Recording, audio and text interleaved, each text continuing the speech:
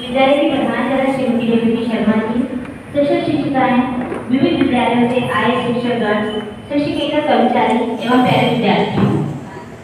जन जन की भाषा है हिंदी, भारत की आशा है हिंदी, जिसने पूरे देश को जोड़े रखा है वह मजबूत धागा है हिंदी। भारत जैसे विशाल एवं बहुभाषी राष्ट्र के संविधान में हिंदी को राजभाषा का स्थान दिया गया है। हिंदी राष्ट्र को एकता के सूत्र में बांधकर रखती है। भारतीय भाषाओं की पहचान सभी भाषाओं से मेलजोल रखने वाली विभिन्न स्वरूपों से अलंकृत राजभाषा हिंदी की महत्ता को रेखांकित करने वाले हिंदी पखवाड़े के उपलक्ष्य में मारवाड़ी सम्मेलन द्वारा संचालित सीताराम पोद्दार माध्यमिक विद्यालय में आयोजित श्री सत्यनारायण अग्रवाल अंतर विद्यालय वाद विवाद प्रतियोगिता हेतु हम सभी यहाँ एकत्रित हुए हैं। इस कार्यक्रम में आप सभी का हार्दिक स्वागत है।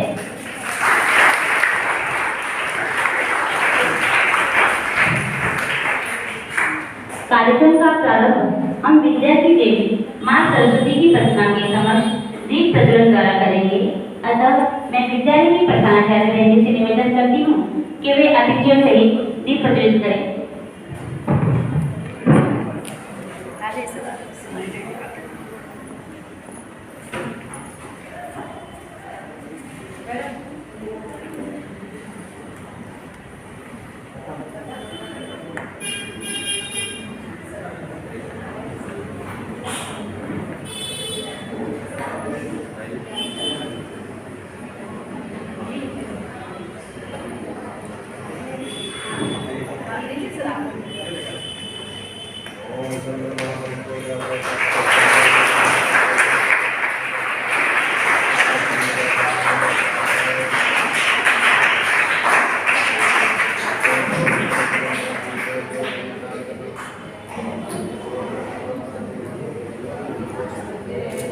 पास पीयूष तो गरज भी है, पास पीयूष तो गरज भी है, अपने प्राणों में तो गंगाजल भी है।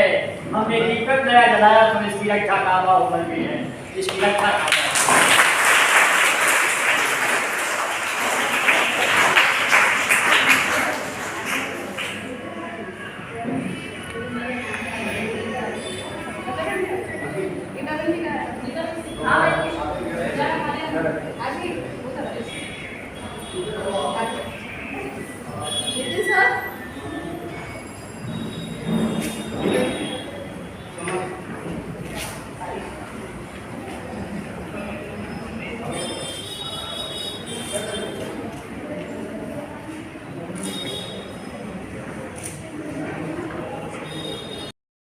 सिंह जी एवं श्री रामव्यास कैलाश उपाध्याय जी उपस्थित हैं।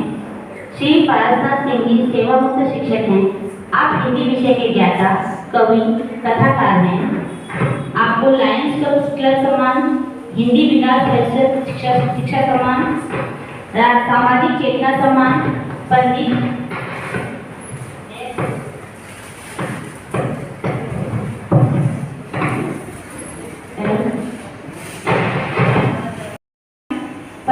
दीनदयाल पुरस्कार व श्री दत्ताजी रानी द्वारा शैक्षणिक सम्मान प्राप्त हो चुका है।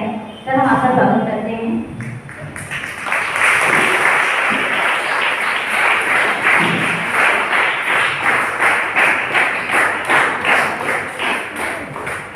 श्री रामव्यास कैलाश उपाध्याय हिंदी व संस्कृत दोनों ही भाषाओं पर अपनी मजबूत पकड़ रखते हैं।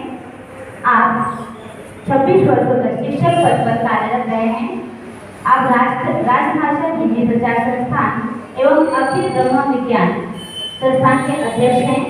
राष्ट्रीय मंचों पर आप नियमित रूप से काव्य पाठ करते रहते हैं। अक्सर हम आपका भी स्वागत करते हैं।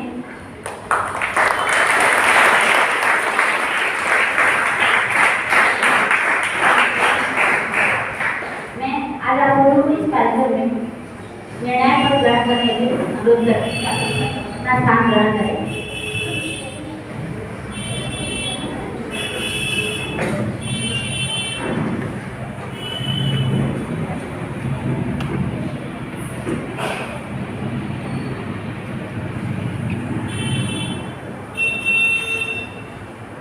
अब हम प्रतियोगिता करने के पूर्व मैं आप सभी को प्रतियोगिता के नियमों से अवगत करा देती हूँ, जो इस प्रकार से हैं। सभी प्रतियोगी हिंदी भाषा में ही अपने विचार व्यक्त करेंगे। प्रत्येक विद्यालय से कक्षा 5वीं से 10वीं तक के 2 विद्यार्थी भाग ले सकते हैं और एक विद्यार्थी इसमें से पक्ष और दूसरा विपक्ष में अपने विचार व्यक्त करेंगे। प्रतियोगिता के समय प्रस्तुतिकरण, भाषा की शुद्धता, विषय सामग्री पर विशेष ध्यान दिया जाएगा। प्रत्येक प्रतियोगी को 3 मिनट का समय दिया जाएगा। 3 मिनट पर वह बोलेगी। टॉपिक इतना पास है, बच्चे से मंच श्रीकांत है, पक्ष में अपने विचार रखेगी। इसके पश्चात अंशिका अनिल सिंह, ये बच्ची तैयार रहेगी।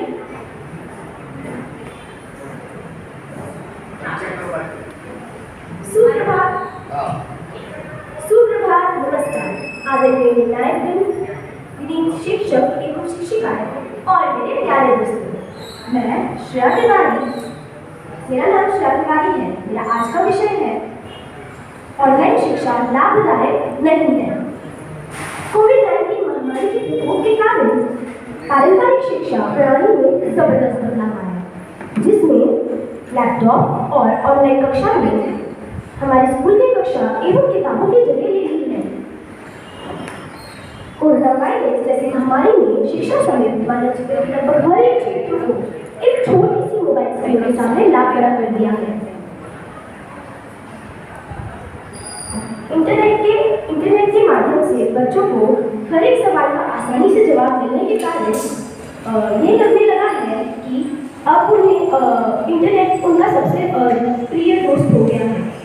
इस वजह से उन्हें उसका कोई भी फिक्र नहीं है, परंतु ऐसा नहीं है। जब अब हमारी पारंपरिक शिक्षा शुरू हो गई है, तब उन्हें पछतावा हो रहा है। पर कहा जाता है ना कि अब पछताए वो क्या जब चिड़िया चुग गई थी। ये अनुमान लगाया गया है कि केवल 25% भारतीय परिवारों के पास इंटरनेट की सुविधा उपलब्ध है और ग्रामीण परिवारों को देखा जाए तो यह संख्या घटकर 15% हो जाती है। ज्यादातर स्कूलों में पुराने वीडियोस जगह से उठाकर बच्चों को शेयर किया जा रहा था,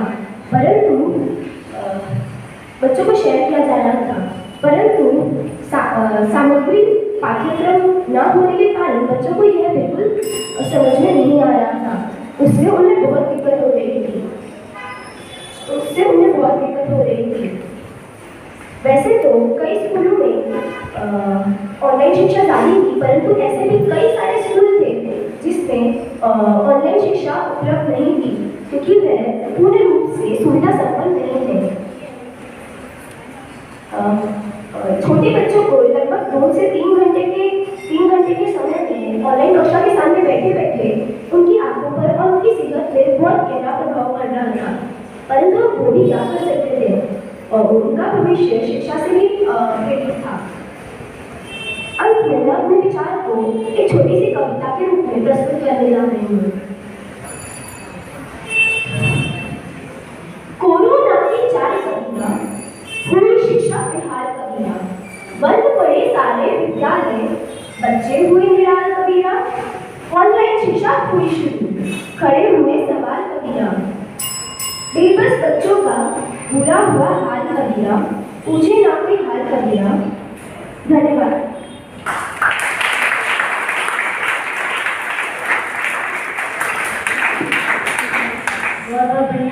बहुत बढ़िया है। पहली बार पहला ही नंबर अपना होना थोड़ा आदमी को घबरा देता है, और आप विशेष सूचना है बच्चों आपको कि थोड़ा माइक से दूर रह रही है, तो उससे आपकी आवाज़ क्लियर जाएगी। अगली छात्रा है अंशिका अनिल सिंह। यह छात्रा विपक्ष में अपने विचार व्यक्त करेगी। सीताराम पोदास माध्यमिक विद्यालय द्वारा श्री सत्यनारायण अग्रवाल हिंदी प्रोत्साहन कोष अंतर विद्यालय वाद विवाद प्रतियोगिता के अध्यक्ष महोदय, माननीय मुख्य अतिथि, विद्वान निर्णायकगण, शिक्षकगण तथा विभिन्न विद्यालय से आए प्रतियोगी भाइयों बहनों, आज का विवादित विषय ऑनलाइन शिक्षा लाभदायक नहीं है। इस विषय के विपक्ष में अपने विचार व्यक्त करने से पूर्व मैं कार्यक्रम के आयोजकों का हृदय से आभार व्यक्त करना चाहूंगी। दोस्तों, शिक्षा जीवन का एक महत्वपूर्ण हिस्सा है। शिक्षा एक संस्कृत शब्द है जिसका अर्थ है सीखना या सिखाना। शिक्षा हम किसी भी माध्यम के द्वारा ग्रहण कर सकते हैं। आज के आधुनिक युग में शिक्षा प्राप्त करने का एक सरल तरीका है ऑनलाइन शिक्षा। आज के समय में ऑनलाइन शिक्षा प्रणाली एक वरदान की तरह है। आज ऑनलाइन शिक्षा में उपयोग होने वाली शिक्षण संबंधी सामग्री टेक्नोलॉजी के माध्यम से एक स्थान से दूसरे स्थान पर आसानी से भेजी जा सकती है। ऑनलाइन शिक्षा में समय भी बचता है। यही नहीं, ऑनलाइन शिक्षा में ट्यूशन या बड़े-बड़े कोचिंग सेंटर के खर्च भी बचते हैं। ऑनलाइन कक्षा में आपको डर नहीं लगता है। ऑनलाइन शिक्षा में आप अपने वीडियो को फिर से देख सकते हैं, नोट्स तैयार कर सकते हैं।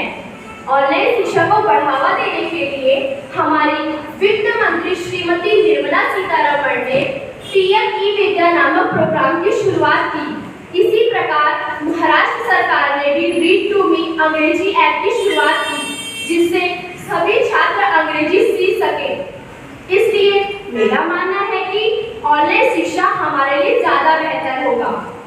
ऑनलाइन शिक्षा को सरल शब्द में इंटरनेट आधारित शिक्षा व्यवस्था भी कहते हैं।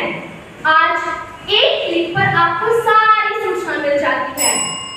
ऑनलाइन शिक्षा में अब अगर ऑनलाइन शिक्षा हमारे बीच काफी समय से मौजूद है, मगर शिक्षा के विषय में इतनी गंभीरता से नहीं लिया गया। मगर लॉकडाउन के कारण इसका उपयोग तेजी से बढ़ा, जिसके कारण विद्यार्थी वास्तविक रूप से अपनी पढ़ाई जारी रख सके। ऑनलाइन शिक्षा का मुख्य लाभ यह भी है कि इसमें विद्यार्थी कहीं से भी भाग ले सकते हैं। हालांकि कुछ मध्यम वर्गीय छात्र इसका लाभ नहीं उठा पाए, क्योंकि उनके पास इंटरनेट और स्मार्टफोन की सुविधा नहीं थी। आजकल हम अपना लगभग हर काम इंटरनेट से ही करते हैं, फिर चाहे वह शिक्षा हो, ऑनलाइन शॉपिंग, ऑनलाइन और खाना ऑर्डर करना, बस, ट्रेन, हवाई जहाज टिकट बुक करना या ऑनलाइन पैसे ट्रांसफर करना। तो दोस्तों, मेरे ख्याल से ऑनलाइन शिक्षा हमारे लिए बहुत ही सरल और सस्ता है। अगर सोच सकारात्मक है तो इंटरनेट चमत्कार देगा। अगर सोच सकारात्मक है तो इंटरनेट चमत्कार कर देगा। अगर सोच नकारात्मक है तो इंटरनेट बिगाड़ देगा। धन्यवाद। ये पक्ष में बोली थी और भाविका संतोष अभिप्राय आदरणीय निर्णायकगण, शिक्षकवृंद एवं मेरे प्यारे साथियों, आप सभी को मेरा प्रणाम। मेरा विषय मैं ऑनलाइन शिक्षा लाभदायक रही है इसके पक्ष में अपने विचार प्रस्तुत करने आई हूँ। तो जैसे मेरे किसी साथी ने कहा कि आज का युग विज्ञान और तकनीकी का है, तो बिल्कुल सच कहा। आज का युग विज्ञान की तकनीकी का ज्ञान अपने चरम पर है और अपनी चरमावस्था में विनाशकारी भी सिद्ध हो रहा है। मैं पूछती हूँ कि इसे ऑनलाइन शिक्षा अछूती कैसे रह सकती है? इसे ऑनलाइन शिक्षा अछूती कैसे रह सकती है? मेरे साथी ने इसके विपक्ष में अपने विचार प्रस्तुत किए, तो मैं उनसे पूछना चाहूंगी कि ऑनलाइन शिक्षा की गुणवत्ता में केवल सुधार ही हुआ है। माना कोरोना काल में ऑनलाइन शिक्षा अत्यंत सुरक्षित थी, पर वह स्वयं वैकल्पिक ही थी। यूट्यूब पर पाठ्यक्रम से संबंधित अनेक वीडियो प्रसारित किए गए, जिससे अध्ययन अध्यापन में गतिशीलता तो रही, पर वह सजीव व रसप्रद नहीं थी, क्योंकि ऑनलाइन में पूछे गए प्रश्न विद्यार्थियों के समक्ष नहीं थे। ऑनलाइन में शिक्षक गूगल मीट, जूम मीटिंग इत्यादि ऐपों द्वारा विद्यार्थियों के समक्ष आते थे। तो मैं आपसे पूछती हूँ कि क्या जब ऑफलाइन कक्षा में शिक्षक एक ही समय सभी विद्यार्थियों से जिस तरह जुड़ जाते थे, क्या वह ऑनलाइन कक्षा में था? लेकिन मेरे मतानुसार तो ऐसा नहीं था, क्योंकि और विद्यार्थियों का व्यक्तिगत स्वभाव तो होता ही नहीं था या कम होता था। वे मौखिक उत्तर देना, वाचन जैसी कौशलों से वंचित रह जाते थे। मेरे विपक्ष में किसी ने कहा कि यदि विषय समझ नहीं आता तो वीडियो को बार बार देखकर समझ सकते हैं, लेकिन यदि आप ऑफलाइन कक्षा में उपस्थित है तो तो शिक्षक आपको अनेक माध्यमों विभिन्न प्रकारों से समझा सकते हैं, जिससे आपको वो विषय और अच्छे से समझ में आएगा। और किसी ने कहा होगा कि समय की सीमा नहीं होगी तो उन्हें कभी समय का अनुशासन ही नहीं समझ में आएगा कि समय का अनुशासन क्या है। किसी ने यह भी कहा कि कम लागत में अधिक मूल्यांकन होगा, तो मैं उन्हें बता दूं कि मूल्यांकन की कुछ सीमाएं होती हैं। ऑनलाइन मूल्यांकन करते समय विद्यार्थी ऑनलाइन ही उत्तर ढूंढकर दे देते थे, तो सही रूप में अच्छा ही नहीं था। किसी ने कहा कि आप घर बैठे नृत्य संगीत सीख सकते हैं, तो यदि हम संगीत सीख रहे हैं लेकिन उसमें कुछ त्रुटियां जो रह जाती है उसे हमें सुधारने के लिए ऑफलाइन जाना ही पड़ेगा। किसी ने बहुत अच्छा ही कहा है कि बिन गुरु ज्ञान कहाँ से पाऊं, तो बिना गुरु के अच्छी शिक्षा नहीं मिल सकती है। अतः मैं दोहराऊंगी कि मैं ऑनलाइन शिक्षा लाभदायक नहीं है, इसके पक्ष में हूँ। धन्यवाद।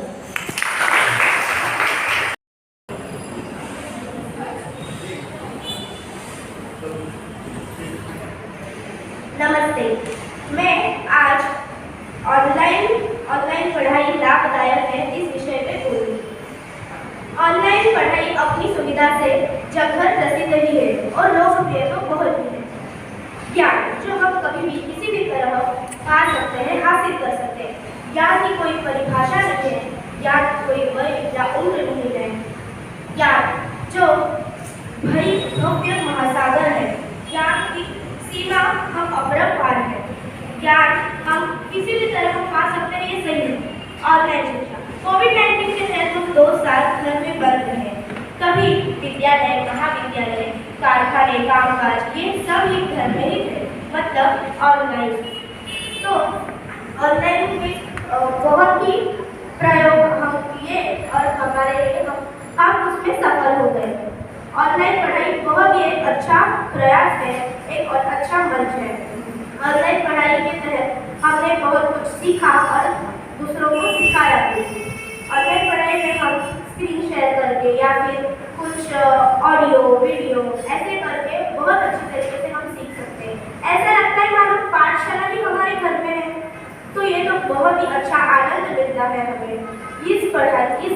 इससे हम पढ़ाई कर सकते हैं। तो यहाँ तो ये सब आ गया। उसके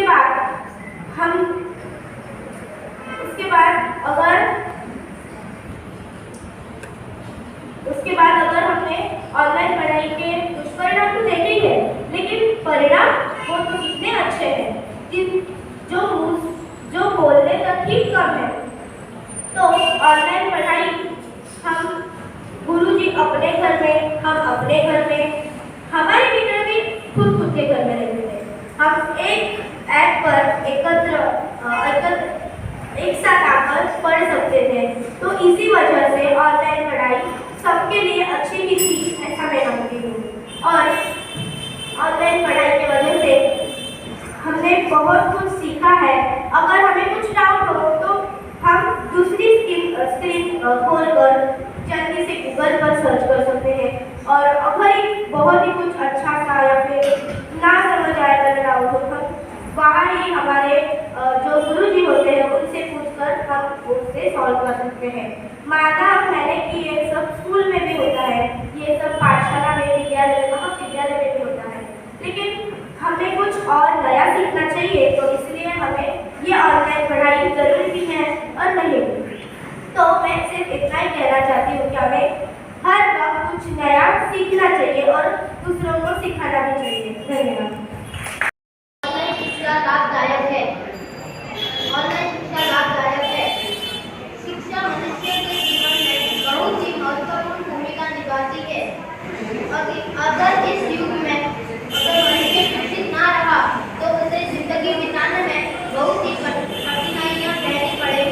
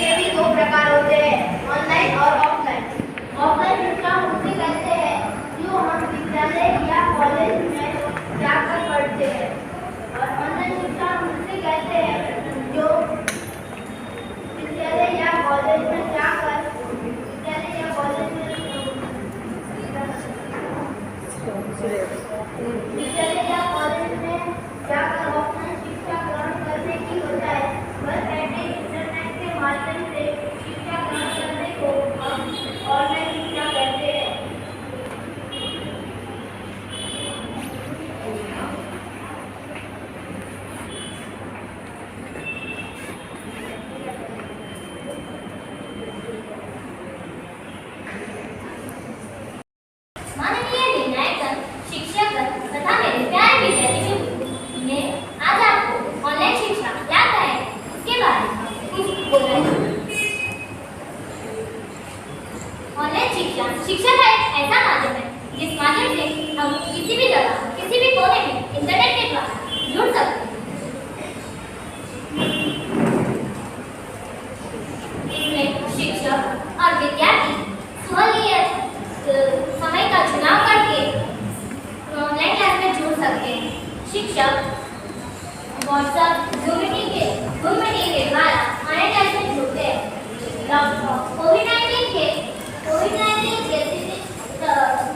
कोविड-19 के तरह की स्थिति में बहुत ही मुश्किलें हमें झेलनी पड़ी है।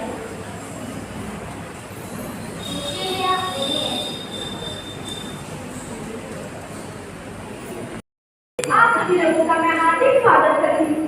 ऑनलाइन शिक्षा लाभदायक नहीं है, इस विषय में पक्ष में अपने विचार प्रस्तुत करने जा रही हूँ। ऑनलाइन शिक्षण एक औपचारिक है। इसकी महिमा का वर्णन करते हुए मेरे मित्र कल्पना के तत्व पर सवार होकर इसके माध्यम से विकास गान तो करना चाहते हैं, किंतु यथार्थ के कठोर धरातल को देखने व महसूस करने से कतराते हैं। सबसे पहले मैं यह कहना चाहती हूँ कि वे जिस ऑनलाइन एजुकेशन का वे तर्क दे रहे हैं उसके 3 मूलभूत आवश्यकताओं की पूर्ति होना अति आवश्यक है। वे है बिजली, इंटरनेट और कंप्यूटर या एंड्रॉइड मोबाइल। इससे भी ज्यादा जरूरी इन्हें खरीदने के लिए पैसा।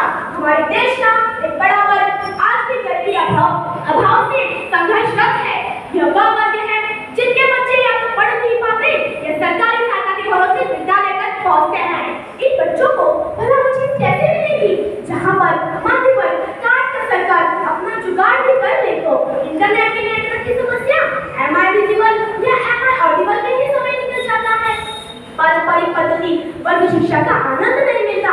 बच्चे अपने सहपाठियों और शिक्षकों के समक्ष न आकर उस वातावरण का अनुभव नहीं करते। शिक्षकों को भी यंत्र की तरह पाबंदी व नियोजन को पूर्ण करने का दबाव होता है। एक शिक्षक विद्यार्थी को केवल न सिर्फ किताबी विषयों का ज्ञान देता है बल्कि उसे समाज में व्यवहारिक रूप से जीवन जीने के लिए अप्रत्यक्ष रूप से आगत करता है। ऑनलाइन शिक्षा में कई प्रकार के अवरोध उत्पन्न होते हैं, जैसे अनजाने नाम से अवैध व्यवहार, टीचर के प्रेजेंटेशन या प्रस्तुतिकरण को खराब करने जैसे कई प्रसंगों का सामना करना पड़ता है। ऑनलाइन शिक्षा उस महामारी के समय हमारे समक्ष एक मजबूरी थी, आज जरूरी नहीं है। जीवन ऑनलाइन नहीं चलता, इसके लिए हमें ऑफलाइन होना पड़ेगा। पारंपरिक पद्धति में बच्चा पढ़ाई के साथ साथ खेल कूद, नृत्य, गायन, भाषण, एक्टिंग इत्यादि सभी कार्यक्रमों में सहभागी होता है। लेकिन इस ऑनलाइन शिक्षा में बच्चों को लापरवाह, अनियोजित, अव्यवस्थित, अनुशासनहीन बनाने में अपना पूरा योगदान दिया है। इसके अप्रतिम प्रयोग से बच्चे शारीरिक व मानसिक विकार के शिकार हुए हैं। इंटरनेट के गलत प्रयोग से बच्चों का भविष्य खतरे में पड़ सकता है। तो आप ही बताइए, इतने गलत परिणामों के बीच सहज हम सभी के लिए ऑनलाइन शिक्षा को कैसे स्वीकार करें? अतः सिर्फ मैं इतना कहूंगी कि निसंदेह ऑनलाइन शिक्षा लाभदायक नहीं है। इसकी नीति बड़ी अनीति है, केवल संसाधनों तक ही सीमित रहती है, कितनों के ही सपनों को चूर-चूर कर देती है, कितनों के ही सपनों को चूर-चूर कर देती है। अतः शिक्षा में वंचित रहने को मजबूर कर देती है। धन्यवाद। मुख्य अतिथि पदाधिकारी जी, कृषि निर्णायकगण, अन्य सभी गणमान्यजन व मेरे प्यारे साथियों, मैं अशोक चौधरी आज सभी के सामने विद्यालय द्वारा आयोजित वाद विवाद प्रतियोगिता के ऊपर अपने विचार रखने जा रहा हूँ। ऑनलाइन शिक्षा लाभदायक नहीं है, इसके विपक्ष में अपने विचार रखूंगा। मुझे विश्वास है कि आप सभी को मेरे विचार पसंद आएंगे। महोदय, मेरे विपक्ष साथी अपना गला फाड़ कर ऑनलाइन शिक्षा का विरोध कर रहे, लेकिन ये ऑनलाइन शिक्षा का कोई ज्ञान ही नहीं है। अरे भैया, कोरोना काल में 2 वर्षों पर याद कर लिए होते, अगर ऑनलाइन शिक्षा न होती तो विद्यार्थियों की पढ़ाई कैसे हो पाती? ऑनलाइन शिक्षा न होती तो क्या विद्यार्थी कैसे पढ़ पाते और शिक्षण चौपट न हो जाता? वैसे भी ऑनलाइन शिक्षा हमारे देश के लिए नया विषय है। विकसित देशों में पिछले 50 वर्ष वही सफलतापूर्वक चल रहा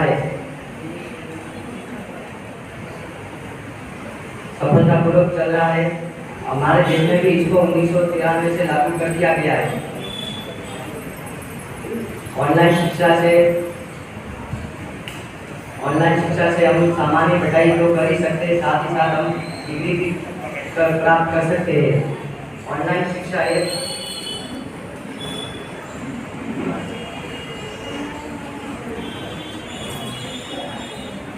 ऑनलाइन शिक्षा कमजोर विद्यार्थियों के लिए किसी वरदान से कम नहीं है। ऑनलाइन शिक्षा हम पैसे भी प्राप्त कर सकते हैं और हम ऑनलाइन शिक्षा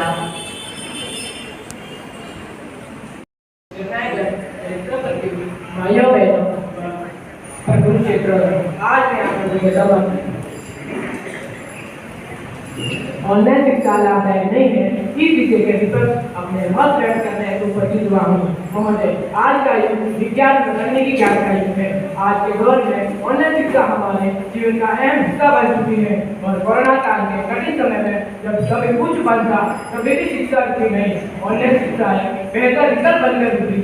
इस बात से विषय के पक्ष में आवश्यक सहमत करूंगे। ऑनलाइन शिक्षा से ज्ञान का मार्ग विस्तृत हुआ है। ऑनलाइन के कारण सभी के लिए शिक्षा का द्वार खुला है। जो बच्चे काम करते करते पढ़ रहे हैं, कक्षा आए हैं, उनके लिए तो ऑनलाइन पद्धति वरदान साबित हुई है। विभिन्न गति से सीखने वाले विद्यार्थी रिकॉर्डेड लेक्चर को रुकाकर बार पढ़कर संपूर्ण ज्ञान पा सकते हैं। इस पद्धति से अभिभावकों का किताबों पर होने वाला खर्च भी बच जाएगा।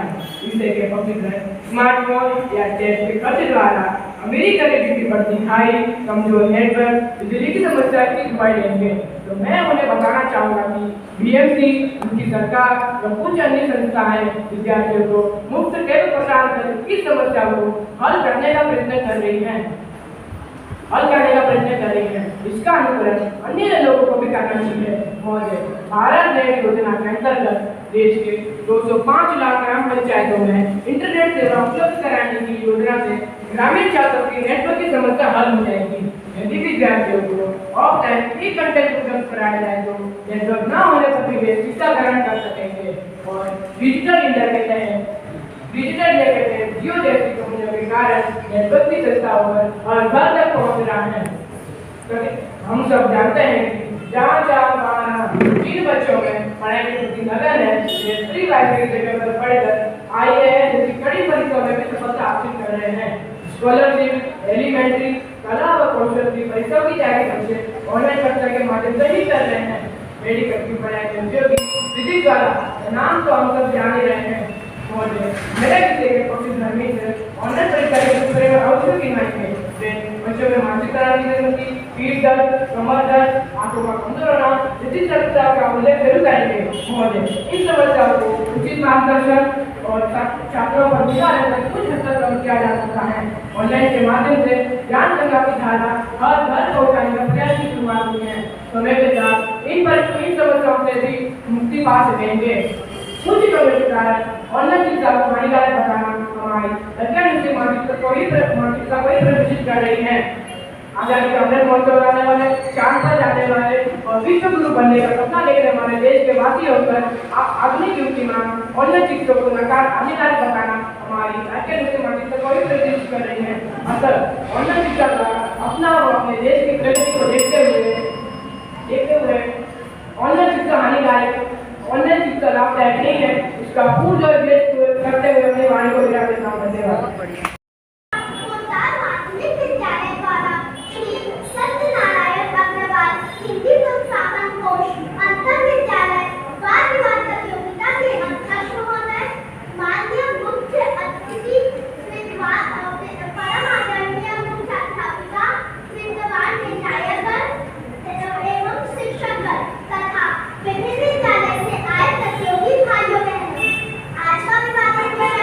ऑनलाइन शिक्षा लाभदायक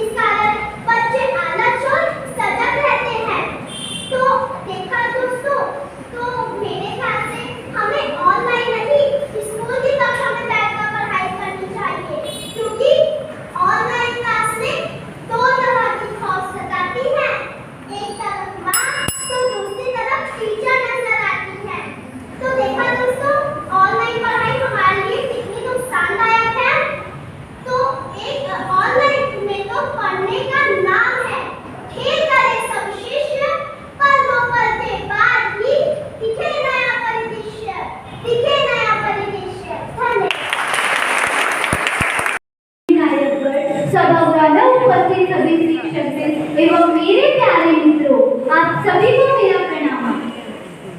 आधुनिक शिक्षा आज का युग तकनीकी का युग है। जीवन के प्रत्येक क्षेत्र में तकनीकी जुड़ी हुई है, छोटी से छोटी हो या बड़ी।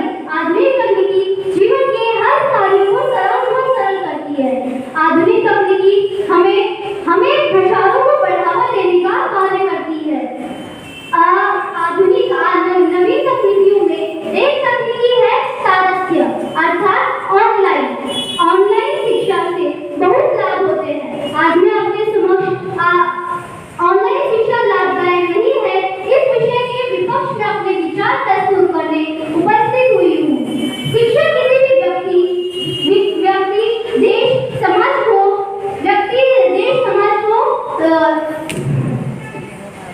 शिक्षा किसी भी व्यक्ति समाज या देश को समृद्धता प्रदान करती है। नवीन तकनीकियों में एक तकनीकी है ऑनलाइन शिक्षा। ऑनलाइन शिक्षा से शिक्षक विद्यार्थियों के भावों का पता चलता है। यह सबसे महत्वपूर्ण है कोरोना काल में ऑनलाइन शिक्षा द्वारा ही संपूर्ण पाठ्यक्रम पढ़ाया जा रहा था। पाठ्यक्रम से संबंधित संपूर्ण शिक्षा ऑनलाइन ही हो रही थी। तो हम ऑनलाइन से पढ़ रहे थे। इससे संबंधित अनेकों वीडियोस यूट्यूब पर प्रसारित किए गए। इससे कई लाभ हुए। ऑनलाइन शिक्षा लाभदायक नहीं है इसके मैं विपक्ष में हूँ। इसके कई कारण हैं। इसका एक कारण तो यह है कि ऑनलाइन शिक्षा सहज व सुलभ है, यानी कि ऑनलाइन होने के कारण पाठ्यक्रम से संबंधित अनेकों वीडियोस यूट्यूब पर सहजता से उपलब्ध होते हैं, जिससे हमें पढ़ने में आसानी होती है। यह सुविधा खासकर उन विद्यार्थियों के लिए लाभदायक है जो अल्पकालीन या पूर्णकालीन कार्यालय जाते हैं। इससे उन्हें बहुत लाभ होता है।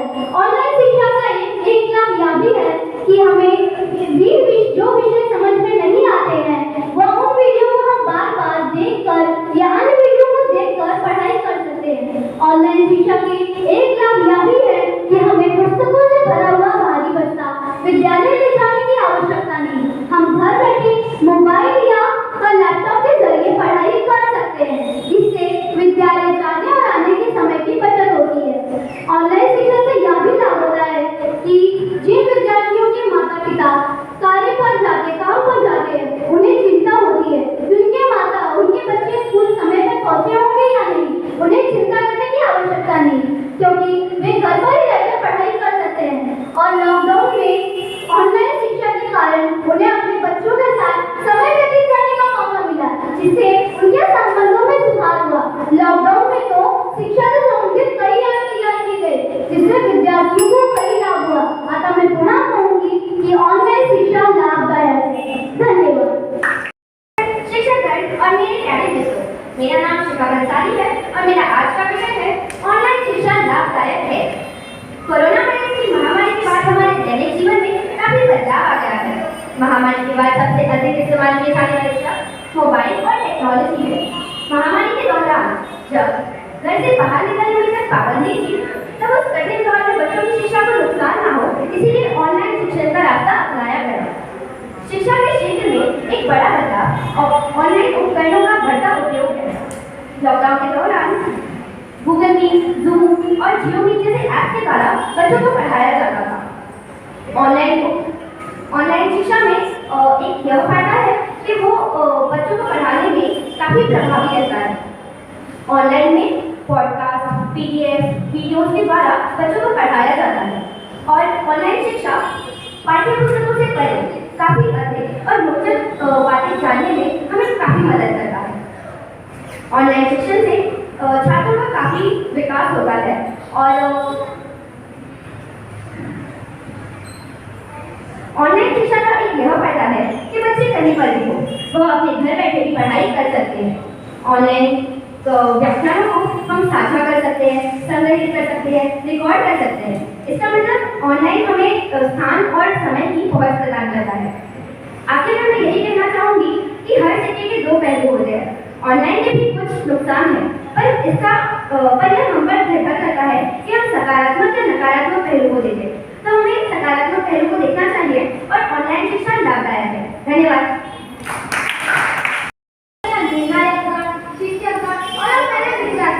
मेरा आज का विषय है ऑनलाइन शिक्षा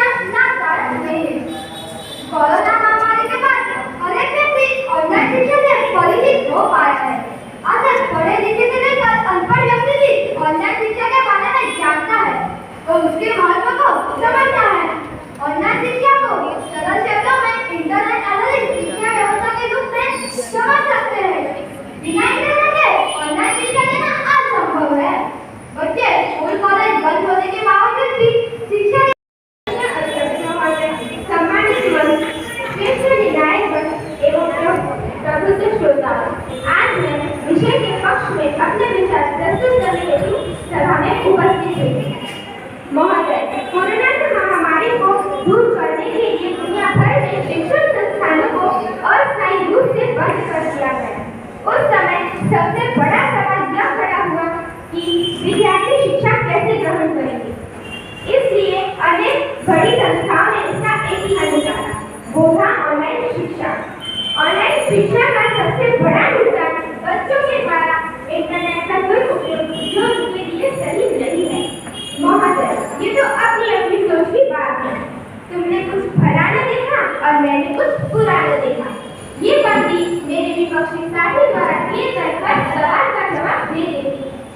महोदय, ऑनलाइन शिक्षा में बच्चों और शिक्षकों के बीच ठीक ढंग से तालमेल नहीं हो पाता। अगर एक भी बच्चा ऑनलाइन शिक्षा से वंचित रह जाता है तो ये उसके साथ नाइंसाफी होगी। कुछ गांवों या दूर दराज के क्षेत्रों में इंटरनेट नेटवर्क उपलब्ध नहीं है, इससे उनकी ऑनलाइन शिक्षा में बाधा उत्पन्न होती है। महोदय, मेरे विपक्षी साथी ऑनलाइन शिक्षा लाभदायक है इस विषय पर अपने मत व्यक्त कर रहे हैं, लेकिन मैं इनका पूर्ण रूप से विरोध करते हुए कहती हूँ कि ऑनलाइन शिक्षा ने गरीब और अमीर बच्चों के बीच एक खाई खड़ी कर दी है। अधिकतर बच्चे गरीब परिवार से ताल्लुक रखते हैं। 2 वक्त की रोटी के लिए उन्हें दिन रात मेहनत करके पैसे कमाते हैं। वे अपने बच्चों को मोबाइल कहाँ से दे पाएंगे। ऑनलाइन शिक्षा से शब्दकोश, व्याकरण एवं व्याकरण संबंधी गलतियाँ बढ़ गई हैं। महोदय, मेरे विपक्षी साथी जिस भविष्य को लेकर चिंतित है तो आज मैं उन्हें ये मंच के माध्यम से ये विश्वास दिलाती हूँ कि ऑनलाइन शिक्षा ने बच्चों को छोड़कर नहीं बल्कि तोड़कर रख दिया है और कुछ बच्चे ऑनलाइन शिक्षा का फायदा उठाते हैं। क्लास तो ज्वाइन कर लेते हैं, उस समय सोते हैं या तो गेम खेलते हैं। ऑनलाइन शिक्षा से बच्चों के शारीरिक स्वास्थ्य पर बहुत बुरा प्रभाव पड़ा है, जैसे आंखों में जलन, सूजन जैसी शिकायत घर बैठे बैठे चिड़चिड़ेपन हो गए हैं। मैं दावे के साथ कह सकती हूँ कि ऑनलाइन शिक्षा लाभदायक नहीं है। विद्यालय तो विद्यालय होता है जहाँ बच्चे खुलकर आनंदित होकर पढ़ते हैं। उससे भी अच्छा तब होता है जब टीचर स्वयं क्लास में आकर हाव भाव और अनुभव से पढ़ाता है, वह ज्यादा असरदार होता है। अंत में मैं ऑनलाइन शिक्षा लाभदायक नहीं है का पूरे जोर से समर्थन करते हुए यही कहना चाहूंगी कि ज्योति से ज्योति जगाते चलो, ज्ञान की गंगा बहाते चलो, हर हाथ कलम और किताब थमाते चलो, हर हाथ कलम और किताब थमाते चलो। धन्यवाद। आप सब जानते ही हैं 2020 के बारे में। कोरोना की महामारी की वजह से सभी जगह सब बंद था।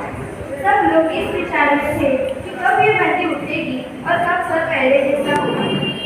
इस सब में विद्यालय भी बंद थे, पर सरकार ने बच्चों के भविष्य की तरफ देखते हुए एक अच्छा निर्णय लिया, ऑनलाइन शिक्षण सुविधा।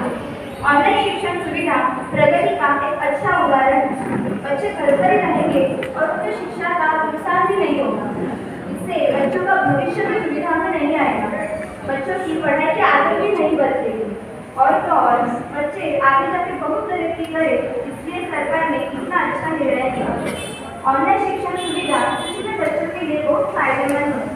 ये बच्चों को बहुत पसंद भी आ रही है क्योंकि उनके पसंदीदा मोबाइल से ही उनका शिक्षण भी होने वाला है।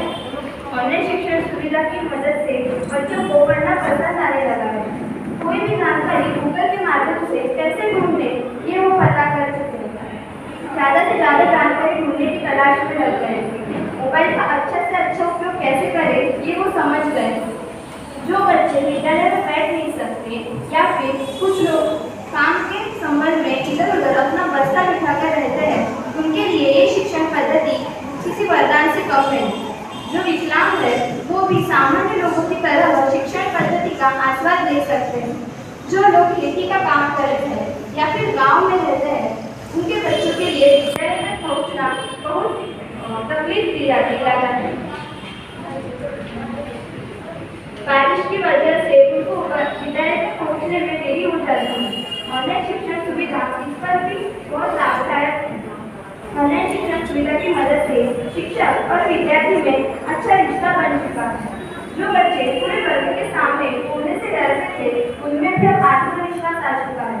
बच्चे बोलना सीख गए हैं। ऑनलाइन शिक्षण सुविधा की मदद से सीखना और सिखाना दोनों भी बहुत आसान हो चुका है। इसलिए मुझे लगता है कि ऑनलाइन शिक्षण सुविधा सच में फायदेमंद है। धन्यवाद।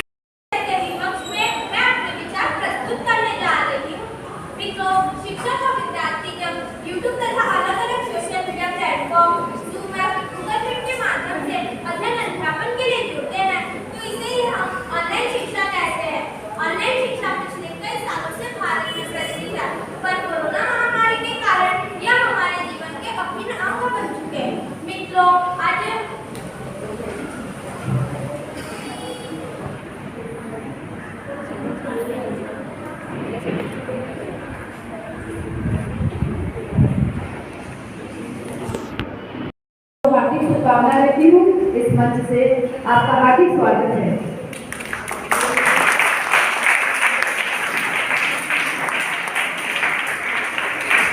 परिचय शब्द बहुत बड़ा होता है, लेकिन मैं यहाँ पर समय की पाबंदी को ध्यान में रखते हुए संक्षिप्त में हमारे अध्यक्ष महोदय जी जो हैं उनका परिचय, उनकी उपस्थिति, उनका व्यक्तित्व, उनकी ओजपूर्ण वाणी की उनका परिचय है। सर, आपके आने से हमारी खुशियाँ दुगनी हो जाती हैं और हम उत्साह से झूम उठते हैं। सर, बहुत बहुत स्वागत है आपका। आज के कार्यक्रम की मुख्य अतिथि श्रीमती रश्मि रवीजा जी। इनका परिचय विस्तृत है और विशाल है, फिर भी हमने सागर को कागर में समाने की जैसा मैडम हमने कोशिश की है। आपने राजनीति शास्त्र में एमए किया है। आपकी कहानियां एवं आलेख विभिन्न राष्ट्रीय पत्र पत्रिकाओं में समय समय पर प्रकाशित होते रहते हैं। अब तक आपके बंद दरवाजों का शहर, कहानी संग्रह, एक स्टिल बैटिंग ऑफ यू उपन्यास प्रकाशित हो चुकी है। आपकी कहानियों का प्रसारण FM गोल्ड आकाशवाणी पर नियमित रूप से होता रहता है। आपके उपन्यास कांच के सामियाने को महाराष्ट्र साहित्य एकेडमी का प्रथम पुरस्कार प्राप्त हुआ है। हम आपको हमारे बीच पाकर अपने आप को सौभाग्यशाली महसूस कर रहे हैं। मैडम, आपका इस मंच पर हार्दिक स्वागत है। मुख्य अतिथि के राइट साइड हमारे विद्यालय के संयोजक श्री अरविंद टेवड़ेवाला जी बैठे हैं। उनका परिचय सादा जीवन उच्च विचार। सर सादगीपूर्ण जीवन व्यतीत करते हैं और एकदम शांति से बहुत ही सही ढंग से उनका कार्य होता है। विद्यालय के प्रत्येक कार्यक्रम में समय समय पर उनका सहयोग और मार्गदर्शन हमें प्राप्त होता है। सर, आपका मंच पर हार्दिक स्वागत है और अन्य विद्यालयों से जितने भी शिक्षक आए हैं उनको मैं बहुत बहुत धन्यवाद देती हूँ। आगे के कार्यक्रम के लिए मैं उर्मिला बहन जी को आमंत्रित करती हूँ। धन्यवाद।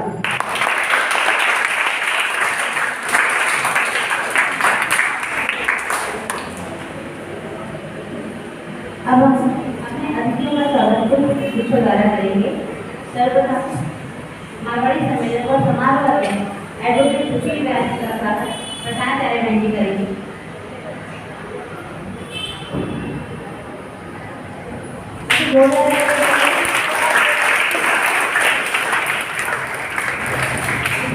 कार्यक्रम मुख्य अतिथि श्रीमती रश्मि रवीजा जी का स्वागत प्रधानाचार्य बहन जी करेंगे। बहन जी को रवीजा जी को शॉल, श्रीफल, स्मृति चिन्ह ये भी प्रदान किया जा रहा है।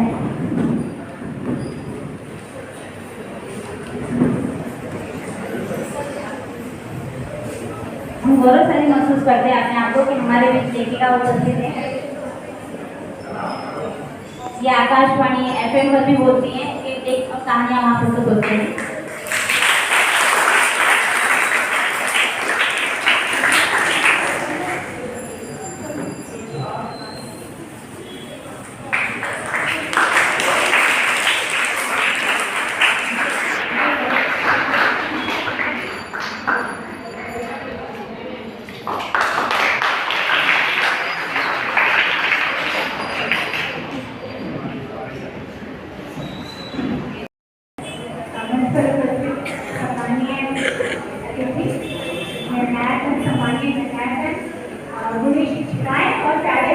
आप सभी को रश्मि रवीजा का बहुत प्यार भरा नमस्कार। और आप सभी को हिंदी, हम लोग हिंदी पखवाड़े के अवसर पर यहाँ उपस्थित हुए हैं, तो हिंदी दिवस की बहुत सारी शुभकामनाएं। मुझे यहाँ आकर अपने जैसे बचपन के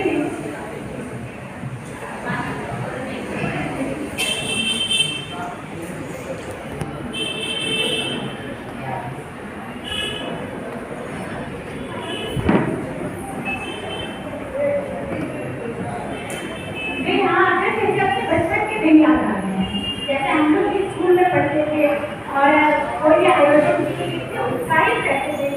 के बाद के होता हो मंच पर उसी बोलना बहुत ज़्यादा उत्साह रहता है। उसकी तैयारी कितने दिन तैयारी बहुत विशेष आभार कहूँगी कि उन्होंने इतनी अच्छी तैयारी की और इतने प्यार से बोला।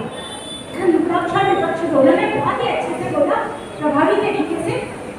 जो बच्चे थोड़ा सा तैयार हो गए वो बिल्कुल भी तैयार ना हो, अभी मौके और मिलेंगे और मंच पर आकर और स्टेज पर आपने हेलो बोला, यही बहुत बड़ी बात। यह प्रथम कदम यही है। इसके बाद आप और भी बोलेंगे, अपने आत्मविश्वास आएगा, आप बिल्कुल भी तैयार ना हो। और जिन बच्चों ने बहुत आत्मविश्वास से बोला उनको बहुत उनकी काफ़ी प्रशंसा करती हूँ। और हिंदी के अवसर पर उपस्थित हुए तो में दो शब्द कहती हूँ। अभी जैसे घोषपा जी ने कहा कि हिंदी जन जन की भाषा है और ये भारत की आशा है। सचमुच ये हमारी भारत की आशा है। जब हमारा हिंदी का वर्चस्व हो जाएगा, सारे लोग हिंदी में बोलने लगेंगे, तो हमारा तभी हमारे देश का संपूर्ण विकास कहा जा सकेगा कि संपूर्ण विकास हिंदी भाषा पूरे देश में भूली जाती है। आप सड़क पे काम करते मजदूर हो, हमारे प्रधानमंत्री हो, कहीं भी आप चले जाइए, कश्मीर से कन्याकुमारी तक हो या फिर अपनी हिमाचल से लेकर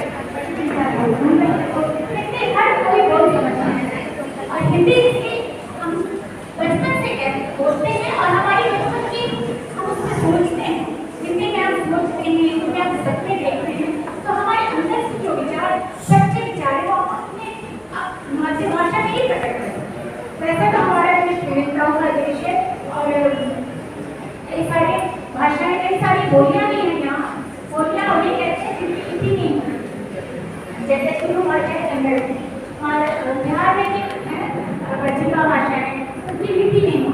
लेकिन अब वो अपने विचार कैसे प्रकट करेंगे, हिंदी को विकसित करने के लिए हिंदी विकसित की जाए। महात्मा गांधी 1970 में जहाँ उन्होंने पूछा कि स्वतंत्रता संग्राम चल रहा था, अंग्रेजों से लड़ाई चल रही थी, अंग्रेजों के खिलाफ उनके शोषण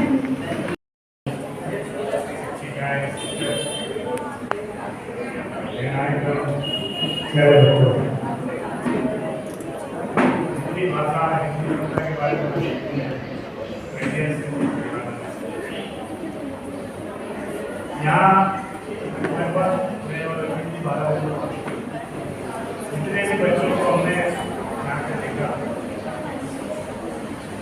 मैं एक चीज़ कहना चाहता हूँ कि कोई भी बच्चा थोड़ा सा यहाँ पे लगा गया हो, यहाँ तक पहुँचना ही बहुत बड़ी चीज़ है। यहाँ तक मैं क्लास तो हमारे देख रहे हो इसलिए मैं आपका कहते हैं हौसला अफजाई करना चाहता हूँ।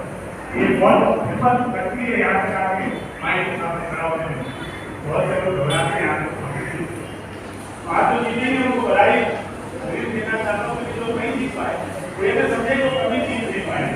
निश्चित रूप से कोशिश करने वाले की हार नहीं थी। पहले साल के साथ आपको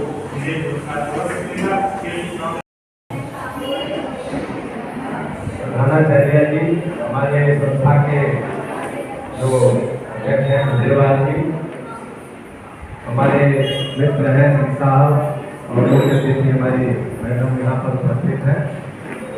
सारे विद्यार्थियों, ये माइक पकड़ने बोलना बड़ा कठिन कार्य है। बड़े बड़े लोग जब माइक हाथ में लेते हैं तो उनका हाथ में कांपने लगता है, लेकिन आप सभी आकर के यहाँ पर अपना भाषण, अपना वक्तव्य प्रस्तुत किए, आप लोग धन्यवाद के पात्र हैं। हाँ, थोड़ी कमी ये है कि हमारे विद्यार्थियों को तैयारी का समय लगता है कम मिला, थोड़ा और समय मिलता तो लोग और जोरदार ढंग से तैयारी करते।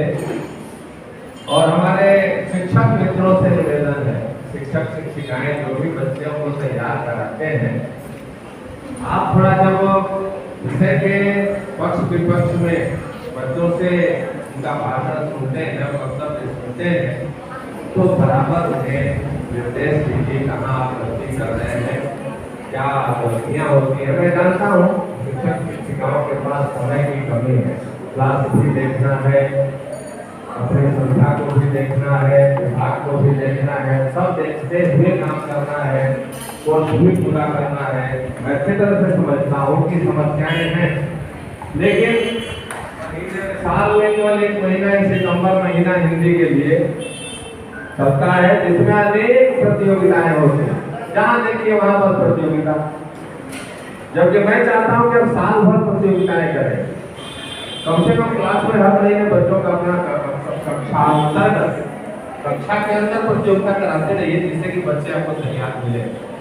क्योंकि आजकल जो है पढ़ाई लिखाई और नंबर लेकर के आप कुछ नहीं कर सकते। जो विद्यार्थी इंटरव्यू में अच्छी तरह से बोलेगा, परफॉर्मेंस देगा, उसी का सिलेक्शन होगा नौकरियों में। ध्यान दीजिए, तो बच्चों को बोलने नहीं आएगा तो आप हमेशा पिछड़ जाएंगे हर क्षेत्र में।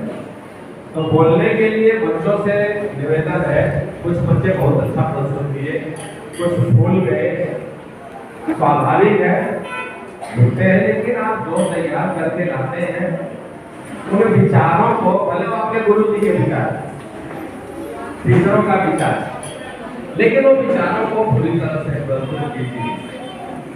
मैडम ने विषय रखा, बड़ा शानदार विषय है, जोरदार है, इसमें प्रासंगिक है।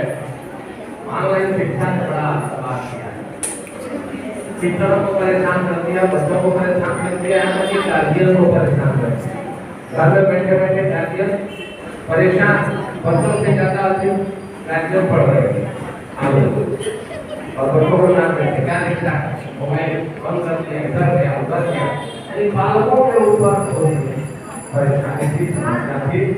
तो मेरा निवेदन यही है कि शिक्षा ऑनलाइन हो या ऑफलाइन, शिक्षा कोई भी दूरी नहीं।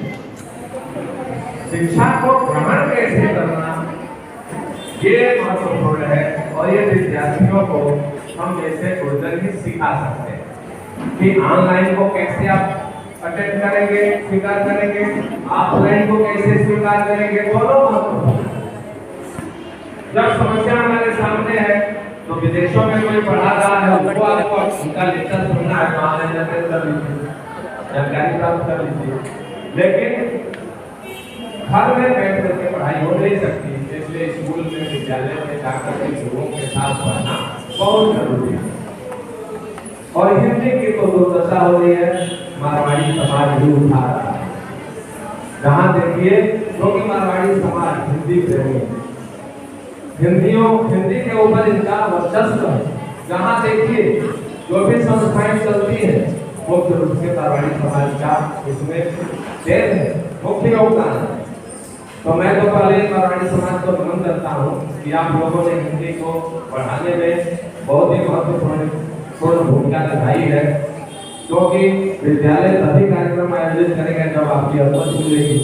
आपने अनुमति दी तो इतना बड़ा कार्यक्रम हो रहा है।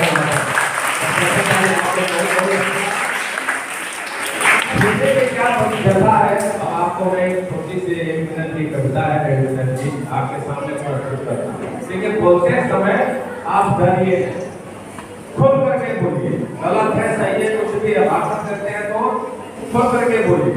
और विद्यार्थी आप कविताएं याद कीजिए, उसको आइए, उच्चारण कीजिए, तो उससे क्या होगा, आपके भटक सुनेंगे। तो कविता गाते गाते, गीत गाते गाते आप भाषण भी अच्छा प्रस्तुत करेंगे। एक दिन हिंदी मनाते हैं, हिंदी दिवस 14 सितंबर को, उसकी क्या हमारी व्यथा है उसके विषय में आपके सामने मैं प्रस्तुत कर रहा हूँ। मैंने हिंदी दिवस फिर मनाया, आए रे मैंने यह क्या किया, कॉन्वेंट स्कूलों में बच्चे सीखे बाय बाय टाटा, कॉन्वेंट स्कूलों में बच्चे सीखे बाय बाय टाटा, हाथ जोड़ने की संस्कृति को मानो लगा रहे चाटा, उन्हें चाहिए घर में खाना खाने को छुरी काटा, राष्ट्र की भाषा भाड़ में जाए उन्हें विदेशी से नाता, मैंने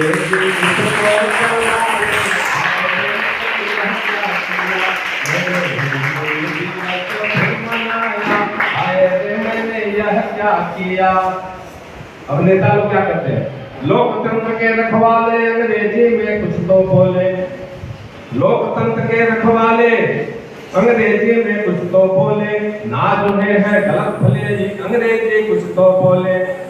हम हिंदी के हिमायती, हम हिंदी के हिमायती, हिंदी दिन पर ऐसा बोले, 364 दिन फिर मुंह का ताला ना खोले।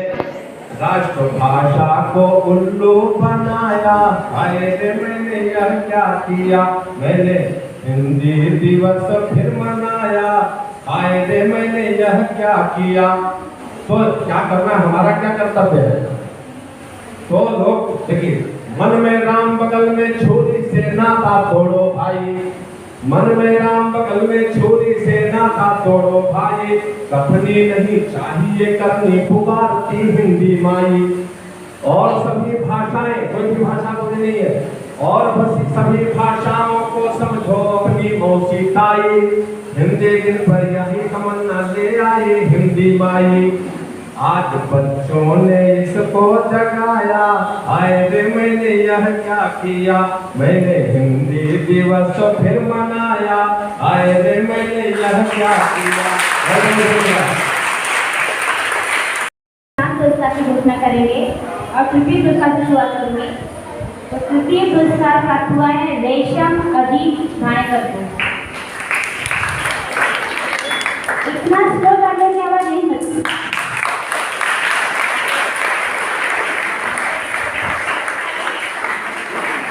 पहले की बचाई हुई तालियां अब यहाँ इस्तेमाल की जानी चाहिए। हर बच्चे के बाद तालियां जोरदार बजाने हैं।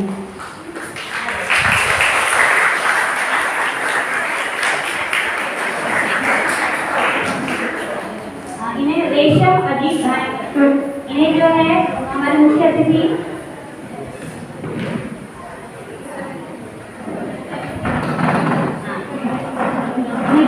पुरस्कार देंगे। रेशम अजीत भाणेकर ने तृतीय प्रोत्साहन पुरस्कार प्राप्त हुआ है।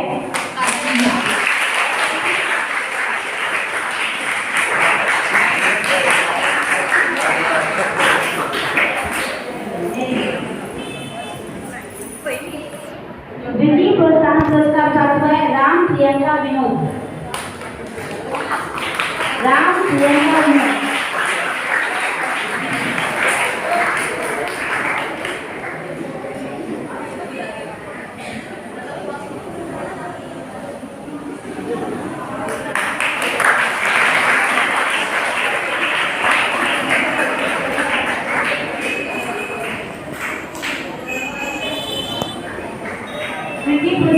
प्रथम प्रोत्साहन पुरस्कार प्राप्त हुआ है रेवती मिलिंद राउत को।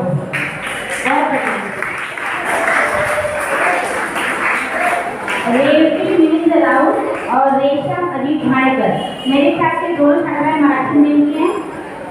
हिंदी मीडियम से पुरस्कार मराठी मीडियम।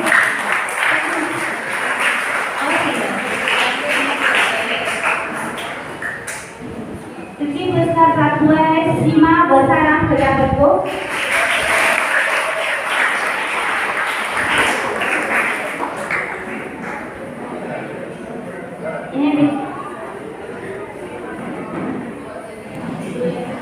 मैं महिलाएं लोगों से निवेदन करते हैं पुरस्कार प्रदान करें। तृतीय पुरस्कार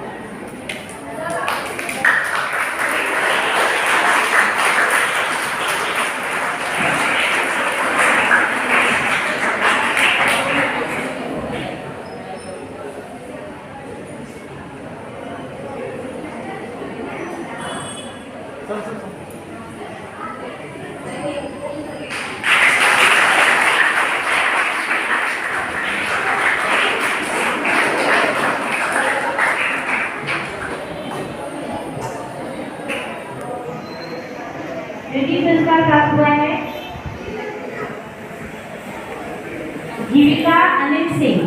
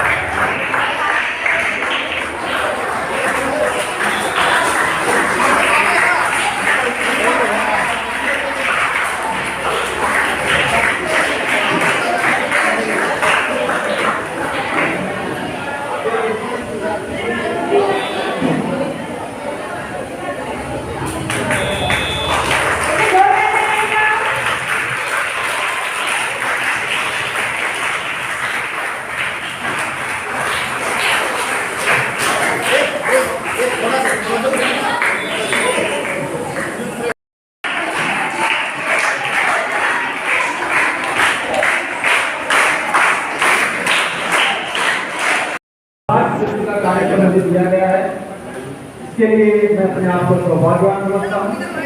आदरणीय मंच महानुभाव व सभागार में उपस्थित श्रोतागण, आप सभी को हिंदी सप्ताह की हार्दिक शुभकामनाएं। यह मेरा सौभाग्य है कि मुझे आज आप सभी का आभार करने का अवसर प्राप्त हुआ है। सर्वप्रथम मैं मारवाड़ी सम्मेलन व समारोह अध्यक्ष एडवोकेट श्री सुशील झा जी का आभार मानता हूँ कि अपने व्यस्ततम दिनचर्या में से समय निकालकर आप यहाँ पधारे और अध्यक्ष पद की शोभा बढ़ाई। आपकी रोज की वाणी ने हम सभी को मार्गदर्शन किया व हमने सोच का सुधार किया। मैं कार्यक्रम की मुख्य अतिथि श्रीमती लक्ष्मी रविजा जी का भी आभार मानता हूँ, जिनकी उपस्थिति ने कार्यक्रम में चार चांद लगा दिए। आप जैसी प्रतिभा संपन्न व्यक्ति को अपने बीच पाकर हम सभी गौरवान्वित हुए हैं। हम विद्यालय समिति के संयोजक श्री अरविंद खिलरेवाला जी का भी आभार मानते हैं, जिनकी उपस्थिति ने हमारा उत्साहवर्धन किया है। मैं विशेष आभार मानता हूँ श्री निर्णायकों का, जिन्होंने अचूक निर्णय दिए और बच्चों को प्रोत्साहित किया, इसलिए आपका आभार। विभिन्न विद्यालय से आए प्रतियोगी, विद्यार्थी, शिक्षक और अभिभावक, उन सभी का मैं तहे दिल से आभार मानता हूँ, जिनके बिना आज का ये कार्यक्रम सफल नहीं हो सकता था। इस कार्यक्रम को सफल बनाने के लिए प्रत्यक्ष अप्रत्यक्ष रूप से जिन्होंने सहयोग किया, उन सभी का मैं आभारी हूँ। विद्यालय का आभार मानता है। धन्यवाद। और सभी बच्चे और सभी लोग अपने अपने जब स्थान पर खड़े हो जाएंगे नाश्ते के लिए।